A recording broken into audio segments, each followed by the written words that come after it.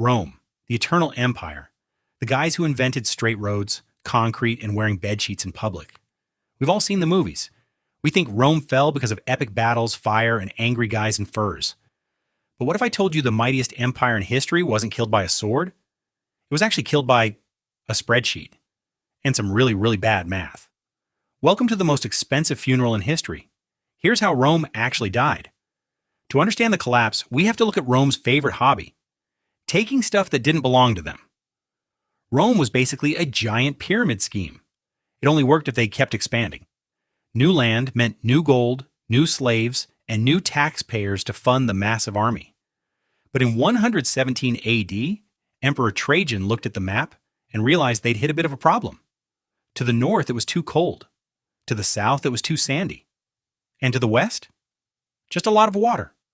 Rome stopped growing. And for a pyramid scheme, stopping is basically a death sentence.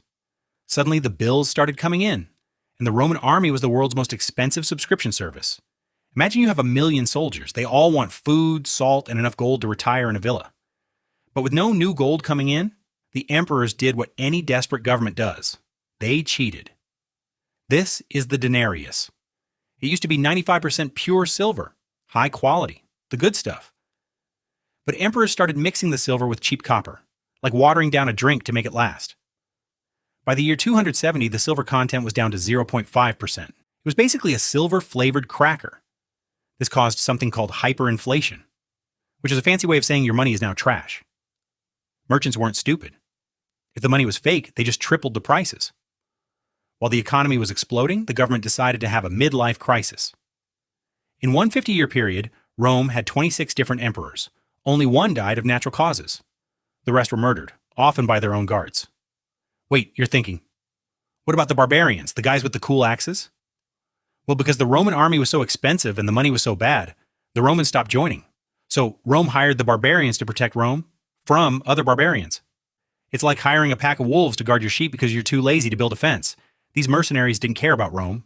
They cared about getting paid. And when the Roman government ran out of silver-flavored crackers to pay them, the barbarians decided to take their payment in everything that isn't nailed down. But wait, it gets even more boringly complicated. Enter the tax problem. To pay for the crumbling empire, the government hiked taxes on the only people left, the farmers. The taxes were so high that people literally quit their jobs. They just walked away. I'd rather be a slave or a hermit than pay for one more gold-plated emperor, they said. Without farmers, there's no food. Without food, the cities start to starve. This is the part the movies skip. People didn't just die in fire, they just left. Rome became a ghost town. The population dropped from 1 million to a few thousand. By the time the Goths actually showed up to sack the city in 410 AD, they were basically breaking into a house that had already been foreclosed on by the bank. The Goths weren't even that impressed. We came for the gold, but all we found was this cheap copper. Rome didn't fall in a day. It slowly choked to death on high taxes and bad investments. But the absolute funniest part, the Romans in the East didn't even realize they'd fallen. They kept calling themselves Romans for another 1,000 years, despite not even owning the city of Rome. So why does this matter to you? Besides the fact that history is just one long comedy of errors, because it shows that empires aren't destroyed by outside enemies. They're destroyed when they stop making sense.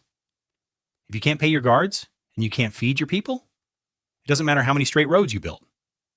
The lesson? Always check your silver content. And maybe don't start a pyramid scheme. Next time you see a statue of a cool Roman general, just remember, behind that marble chest was a guy who probably couldn't pay his water bill. Rome is gone. But hey, at least we still have the roads, even if they mostly lead to ruin. Which empire is next to fail the math test? Well, the comments are already typing. Just remember, Rome wasn't built in a day, but it was certainly unbuilt by a few bad decimals. Thanks for watching.